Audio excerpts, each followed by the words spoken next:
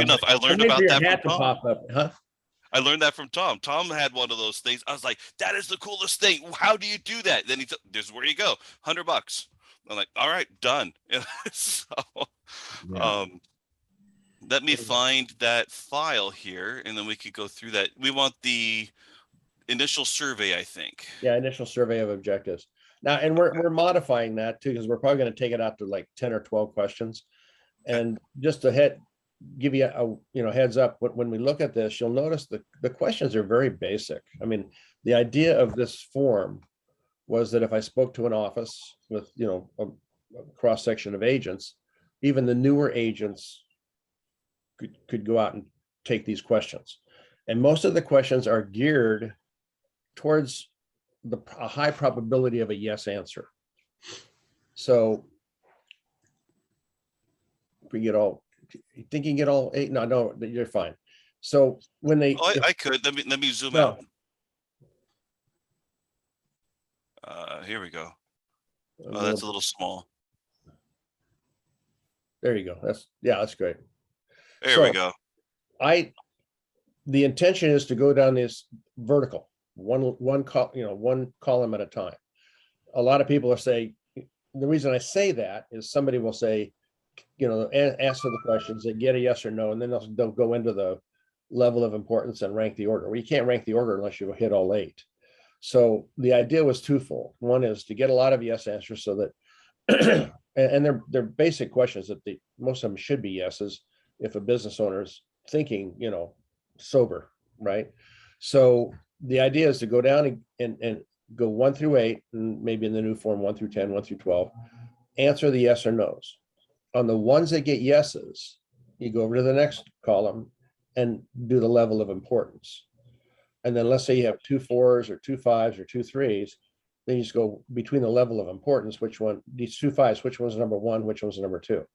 And so it gives an agent, a younger agent, a track to run on at the same time. When we flip it over, go to the second page. Oh, this is the one with the filled in already. There's another one that's blank.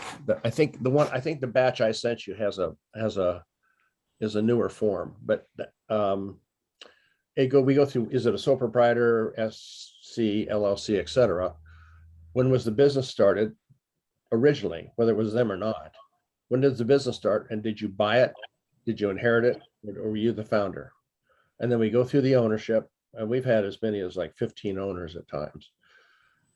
Then their estimated value of the business today, and then when they took it over, what was the basis? Revenue, EBITDA, tax, etc., number of employees, total payroll would be, whether it's monthly or annually, and then the owners, and then how many, what are the specifically the payroll of the owners, and then just a quick summary of the business, and then do they have a pension, profit sharing, etc. We want to especially know if they have a 401k, because one of the things that I can't remember if it came out or not in the webinar, I think it did, but when you install one of our models of an ESOP alongside a safe harbor 401k, it eliminates the need for the 3% going into the 401k for the safe harbor. And we have one prospect right now. He's not a client yet, but I think his monthly contribution to the safe harbor is $125,000. So just by putting this in, he's going to save, $15,000 a year.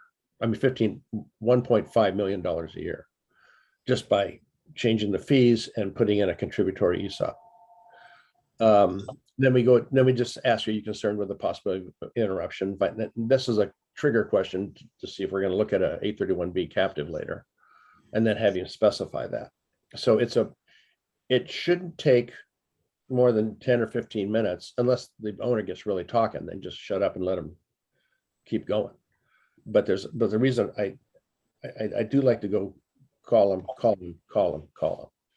And that's important, because like I was trained under the Algranum method, where you ask a question and then you have 16 different ways of qualifying. Now, I was in a personal marketplace, but you get the, who's this referred lead? Oh, Bill Jones.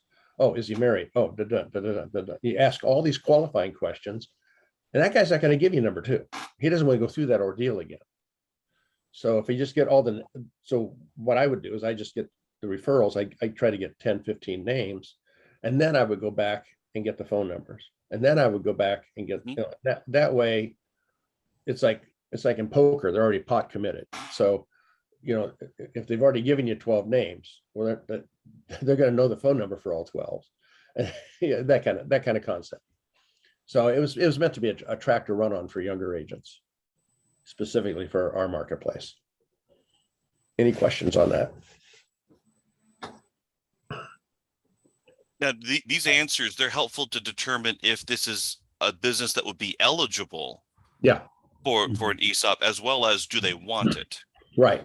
And that's why I call it just an initial survey. It's not even really a fact finder. It's just kind of like, hey, can I get 5 minutes of your time? And you sit down and go through this, and it may go 10, 15 minutes, but you're not irritating the client by sitting down, pulling up a 43-page fact finder. And since we've been with New York Life and Northwestern Mutual and companies like that, we realize how those fact finders could be. So yeah, this is really just an initial. We have a full 6-page fact finder that I don't know if you have that, David, but I can send that to you, which gives us more of a, once we have those answers and the client's engaged, then at that point we can start asking for things like, if we're going to charge a planning fee, if we think it's appropriate for that case, and what are the next steps. The last page gives us A, B, and C. Like A, what are the next steps? Like what do we need? What documents we need? A, which are the most important, and then B, which we can get at a later time, and then go through that process. This just, like Kelly said, gets someone thinking about exiting, succession, whatever, and whether or not it's viable to move forward.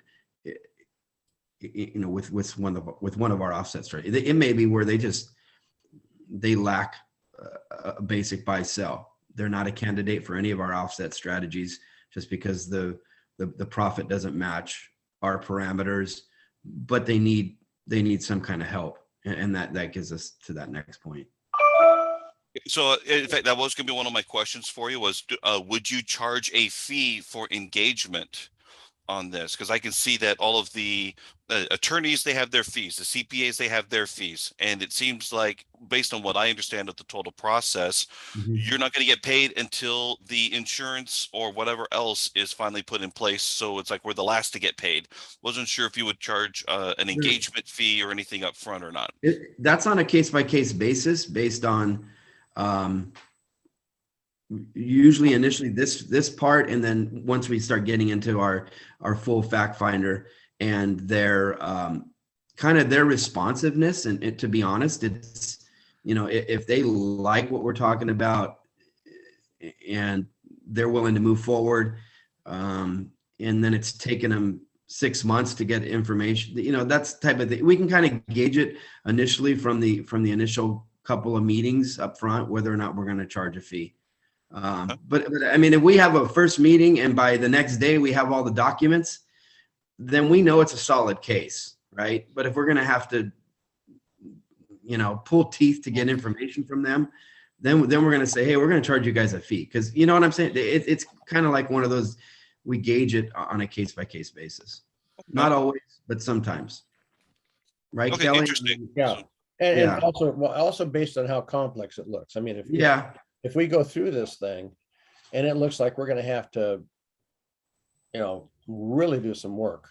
I mean, even if they're really responsive, we'll say, okay, we should at least do some sort of a feasibility knowing where we're going to go with this.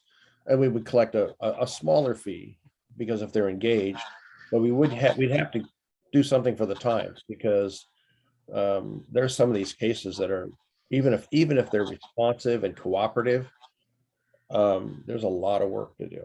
Yeah, we learned the hard way. We've had some cases where we put hundreds of hours in and it never went to fruition. So we learned the hard way, unfortunately. So we you guys are gonna avoid that headache. Yeah. Well, because that was something, because for the IARFC, they've asked me to chair the registered business consultant designation that they want to unleash. And a lot of that is based on charging a fee for doing the analysis, whatever it is, so that you're also on par with the attorneys and CPAs, and you can show that you have a value too. You're not just here to collect the commission. You want, you're going to be perceived in the proper way. So I was curious how you have or have not gone about that. So far it's either complexity or stubbornness to determine the fee. Well, yeah, the willingness to help out there, to help. We're helping them, right? I mean, they need to realize that. And so usually if they're willing to stroke at least a small check, they're willing to engage. Okay, very cool. I found the fact finder here. I hope you're seeing that here. Yeah, this is the more, this is the 6-pager that Rich was referring to. Yeah. Some of the same information, their advisor information. Like when So this would be step 2 after you do the initial surveys. Okay, I'll come back and let's complete more information so we can kind of know where to begin the analysis process. If it's a younger agent, what I usually tell them is, here, what you do is you fill it out, and by the time you flip it over and fill that out, what looking at certain minimum numbers we're looking for, like a certain amount of profit, a certain amount of payroll, certain parts of the matrix that we work off of. And if you see something in there plus a whole bunch of 4s, like out of the 8 questions, there's 3 5s and 2 4s, then we know that there's probably going to be some case there.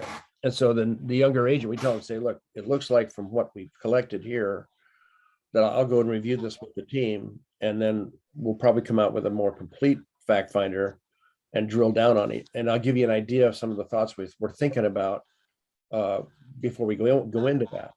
And then we would have it pre-filled out. Anything that's a duplication is already in there, and from the initial survey. Okay, excellent. No, I can see how this could be very helpful it's kind of like, Tom talks about this, it's like bowling, and here's your guardrails to make sure you avoid the gutter ball. It seems like everything's right here so far. And then we bring it back to you guys and say, okay, here's what we need to find out more information on, or we're ready to begin the engagement process, whatever the next part is going to be. And how fast that, go back up a little bit. This is the A, B, and C that Rich was talking about. Okay. These are must have. In other words, business A, we need that right away. And if that takes a week or 2 to get back to us, then as we're looking through it and we're giving them feedback, say, okay, this looks like we can go further, get some serious results, but we're going to have to engage. You have to engage us for $2,500 or $5,000 or whatever the fee would be. At that, okay. And then we have the B, which means that we're eventually going to have that, and then the statement of assets and everything else. So one of the nice parts about this, if it's done correctly, and say we get involved with a 45 or 50-year-old client, well, they're going to be doing this program for 10, 15, 20 years. It'll be properly poised so that when they do the exit, whether they just continue contributing till it dilutes it down to 0, or they sell the balance of it or gift it to the kids or whatever they're going to do, they're properly positioned for the transition to repurpose all of the previous planning into the estate planning side, the post exit estate planning side, because the life insurance that's needed up front, generally on the minimum, we're going to on the owner, we're going to take at least the amount of coverage the amount of the valuation of the business at the very least.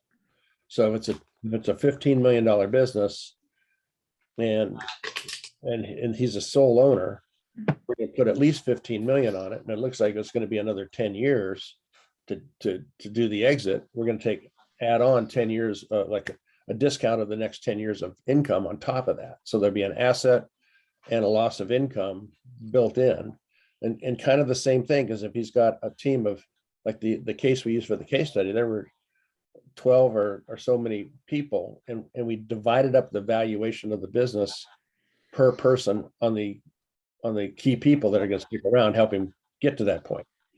Because if half of them die or leave and he repositions the insurance on the new person, one way or another, he needs to be able to sure that he's going to get the value for the business if a bunch of those key people die before he does. So it's really it's two stages. There's the estate planning at the end. And with all the capital we're collecting with the Turk inside the business and probably inside the E31B captive, there's a ton of money that is available for them to reinvest or for someone in our group or the referring group that wants to do AUM. I mean, if you got a company the size that we're talking about in the case study, you're talking $2 million a year going into a captive, and you're saving $2 million a year in profit being offset by the stock contribution into the ESOP. So that's $4 million a year. Now the owner's going to want to redirect based on our advice and based on the intent, the underlying intent is they're going to reinvest some of that into the business and have the business grow at an accelerated rate. But some of it's going to be involved in investments. And so it really, if we do the right job, I mean, they're going to have a nice portfolio the day they die, and they can switch that all over to annuities or whatever they want to do to it. And they've got the insurance in force and it's already paid up. So they don't have to go out and shop for insurance at age 65. They bought it at age 45 or 50 or whatever. Or they'll be able to buy a maximum funded cash value policy, so they can continue to utilize that in other ways too. So I can see multiple different ways of redirecting whatever's coming back on a personal level. So yeah, I can definitely see that.